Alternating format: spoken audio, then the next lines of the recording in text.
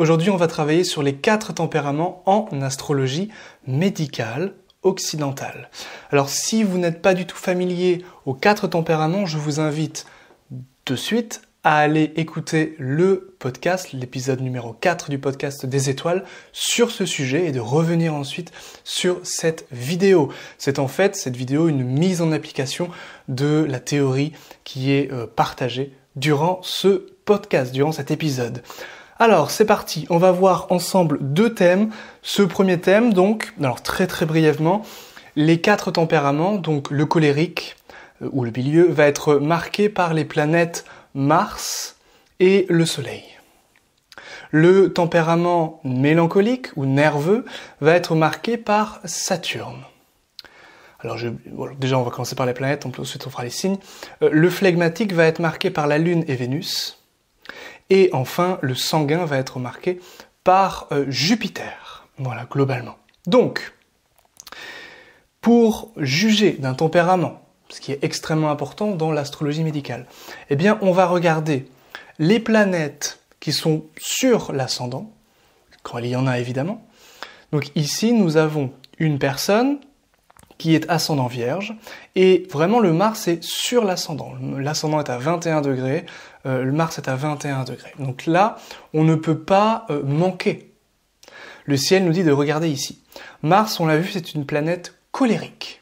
Bon, très bien. Donc là, il y a quelque chose relié à ce tempérament colérique. Très bien. Ensuite, nous allons pouvoir regarder le maître de la maison 1 en Vierge, donc qui est ici Mercure. Nous regardons le Mercure, et Mercure, lui, ce qu'il fait, c'est qu'il prend les teintes de qui le touche. Donc, qui touche Mercure? En premier lieu, Mars, l'aspect de Mars. Donc Mars, ici, est vraiment à la fois sur cet ascendant et sur le maître d'ascendant. Là, ça verrouille. Ça verrouille, c'est-à-dire que la personne va être fortement, et j'ai envie de dire doublement marquée, par ce tempérament colérique. Ce Mercure, il va prendre les teintes du Soleil, puisque ce Mercure est combuste. Donc ici, le Soleil va être amplifié dans ses attributions, et comme Mercure est maître de 1, il va aussi nous renseigner sur ce tempérament. Nous avons vu que le Soleil, c'est également le tempérament colérique. Bon. Donc nous savons que, de base, la native, c'est une femme, elle va être ici directement touchée par les 2 planètes reliées au tempérament colérique. Donc ça va avoir une importance considérable sur le physique et sur le comportement. Bon. On peut aller un tout petit peu plus loin parce que généralement on n'est jamais réellement qu'un seul tempérament. Généralement on est au moins un tempérament dominant et puis un autre qui est pas très loin. Quel peut être ce tempérament ici secondaire? Le maître de la maison 1, Mercure, il est en Scorpion. Le Scorpion, c'est un signe d'eau. Donc, nous travaillons les planètes et le fond, ça va être les signes. Eh bien, donc généralement, le tempérament, secondaire. Le Mercure, il est donc en signe d'eau. Les signes d'eau régissent le tempérament flegmatique ou lymphatique.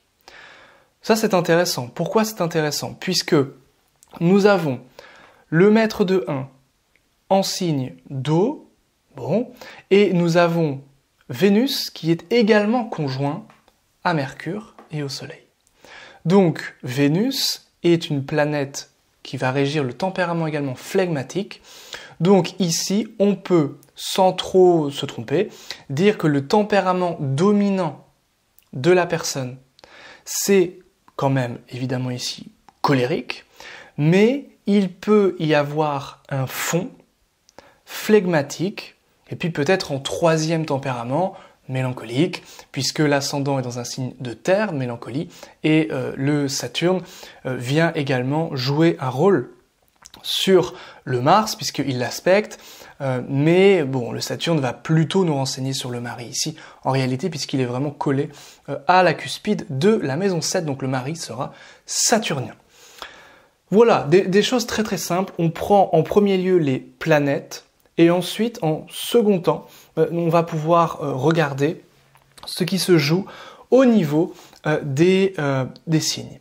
On va prendre un autre thème extrêmement extrêmement parlant. Voici le thème. Nous avons donc, on commence toujours par l'ascendant dans les tempéraments. Nous avons un ascendant Taureau qui est donc relié à la Terre. La Terre, c'est la mélancolie. Taureau, Vierge, Capricorne. Donc, déjà, ça donne une première idée. Taureau. Bon. On va regarder le maître du Taureau, c'est Vénus. Nous regardons où est Vénus. Vénus est ici avec, donc en Capricorne, donc un autre signe de Terre, bon, et avec Mercure. Alors, Mercure, ce qu'il va faire, c'est qu'il va amplifier les planètes qu'il touche. Donc là, on a déjà deux tempéraments qui vont être dominants. Le premier, c'est évidemment deux signes de terre, donc on saute sur l'occasion, c'est le tempérament mélancolique. Et ensuite, nous avons la Vénus qui est amplifiée. Bon, et bien Vénus, on a dit que c'était flegmatique. Donc là, déjà, on peut se dire une personne qui est plutôt flegmatique mélancolique ou mélancolique flegmatique, dans les deux tempéraments dominants. On peut aller un petit peu plus loin, puisque Mercure est en Capricorne, son dispositeur sera Saturne. Vénus est en Capricorne, son dispositeur sera également Saturne. Eh bien, déjà, ça peut nous mettre sur la piste de quelqu'un qui peut être effectivement mélancolique. Le Saturne, il est où? Il est dans un signe d'eau, flegmatique. Et puis ce Saturne, il reçoit l'aspect partile, ici le sextile, de la Lune. La Lune qui régit également le tempérament flegmatique, et en même temps qui se trouve, cette Lune, en Capricorne, dont le dispositeur est Saturne, et le Soleil en Verseau, dont le dispositeur également est Saturne.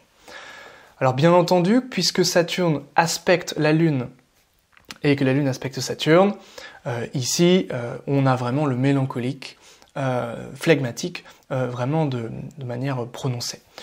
À noter également que bon, Mars également occupe un signe ici de Terre, la Vierge, donc ça nous renseigne, ou ça peut nous renseigner aussi, sur l'idée de mélancolie. Voilà, alors bien entendu, en troisième position, le Jupiter pourrait être parlant, puisqu'il occupe le signe ascendant, donc il peut aussi nous renseigner sur un côté un petit peu quand même sanguin, mais vraiment en troisième position, c'est-à-dire une personne qui, dans ces moments un petit peu où il n'est pas dans cette énergie mélancolique ou flegmatique, il peut s'amuser, et il peut être aussi un petit peu en excès ici en maison 12, et ça peut bien sûr jouer sur les excès alimentaires, les intoxications, ou les choses un petit peu comme ça, telles que le comportement sanguin, généralement, le démontre. Voilà, j'espère que cette petite méthode très simple, donc je récapitule, vous aura plu donc, je récapitule, on regarde l'ascendant, s'il y a des planètes à l'ascendant, vraiment sur la cuspide, s'il y a le signe en fait ascendant, ensuite le maître de ce signe ascendant, on regarde le signe et les planètes évidemment occupés, donc conjoints, les aspects à la Lune, et qui va nous renseigner ici sur l'âme sensitive, alors que le maître d'ascendant et l'ascendant viennent nous renseigner sur l'âme végétative, c'est-à-dire sur le corps. Et puis on peut également aussi, bien sûr, regarder les aspects sur Mercure, qui régit l'âme rationnelle, et donc Vénus ici, évidemment, touche Mercure, et Mercure amplifie Vénus, donc il y a quand même un gros côté flegmatique, donc une personne qui va rester chez elle, qui va aimer son confort, qui va aimer vraiment le confort et ses habitudes, qui va avoir vraiment des difficultés au changement et qui va vouloir rester paisible sur son fauteuil, à fumer sa pipe et puis avec sa bibliothèque et sa cheminée. C'est vraiment cette idée-là avec le flegmatique, tandis que l'aspect mélancolique va le porter beaucoup plus vers la réflexion, vers une intensité au niveau de la réflexion, au niveau de l'intériorité, et bien sûr ça peut engendrer aussi beaucoup de dépression, de mélancolie avec ce Saturne qui est vraiment un aspect extrêmement, un aspect partile, un aspect donc de même degré quant à cette Lune. Et puis on a vu que toutes ces planètes dépendent de Saturne, donc ici Soleil, Mercure, Vénus, Lune, ça fait beaucoup. Donc bien entendu, Saturne aura un impact grand sur le natif. Voilà, donc j'espère que cette vidéo vous aura plu. N'hésitez pas à partager cette vidéo, à liker et puis à utiliser bien entendu cette méthode pour vos interprétations. On se retrouve pour une prochaine vidéo, donc sur la prochaine pleine lune. Bye bye.